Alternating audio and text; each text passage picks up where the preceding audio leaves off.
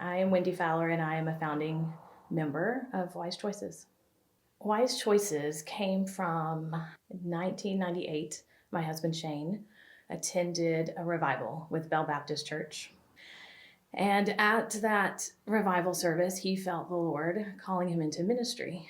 And as the Lord often does, he did not give him all of the puzzle pieces at once. So we spent most of 1999 searching what kind of ministry. He felt the Lord impress on his heart his ministry would be something big, something with children. And my journal entry says 3 times over a several day period, the Lord showed him the phrase, "Who will save the children?" So I went on my walk to Emmaus with Marion Henderson. We met there at the Rachel table. We were at Table of Rachel. I'd never met Marion before. There's several Wise County girls there, and we became close friends. And at that place, Marion poured out what she was bringing to the literal Table of Rachel, and that was brokenness over miscarriage. I did go to Emmaus with that on my mind. So I was able to share my heart, with the Lord and start to heal. Just seeing how the ministry was revealed to you there on the outside, looking in, was pretty amazing. It was a very spiritual awakening for me to see someone really seeking what the Lord would have them do in their life, and the Lord answering. And we're sharing this small table, and to leave that Emmaus walk and knowing you had a vision to go back and tell Shane all about it, it's like you couldn't wait to get in front of Shane to tell him. It was just so cool.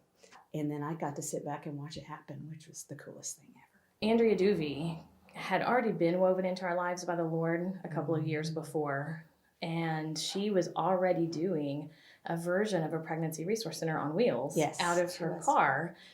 She would go to the homes of girls who had become pregnant while they were still in school, or maybe they had dropped out.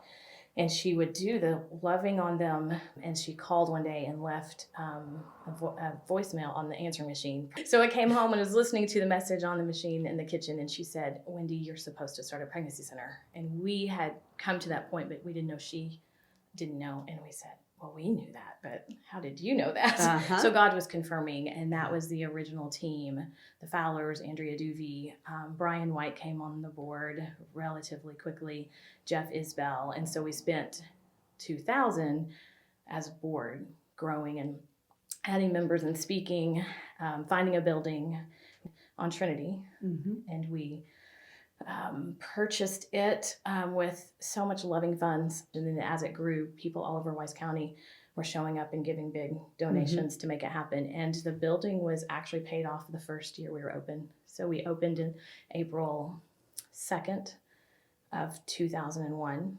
And I believe by fall, the building was paid for in full. And she would come every week kind of with an update of what's going to happen with the pregnancy center. And and you would just say, "Well, we're praying for a building." And then it was, "We found a building." And the next week it was, "Well, we're believing it's paid for." So anyway, obviously, the Lord took care of that. So I just got to see that. And it was a faith building thing for me to see the vision and see God providing for it 100%. When we opened the doors in April of 2001, Bell Baptist let us put a hotline in their church office, and we would check the answering machine remotely. And we had a girl come in and was abortion minded in the fall of 2000, and we helped her with resources. We helped her to carry her babies, and she delivered her babies the day we opened, and his babies plural. And it was as if this was a double blessing that the Lord was giving us, because we opened first day and our twins were born. I have a journal entry from July of 2001, and it said, "Our future plans are to convert to a medical clinic, perform sonograms, and test for STDs. We will use Bell Baptist VBS seed money for our ultrasound machine. It's $50 to $60. In America, pregnancy centers are seeing more salvations than churches, because we are the church out in the community, where the girl who feels shame will not go into the church, but she will come in to see us, or we can go to her in the bus. And then she sees the Lord's hands and feet.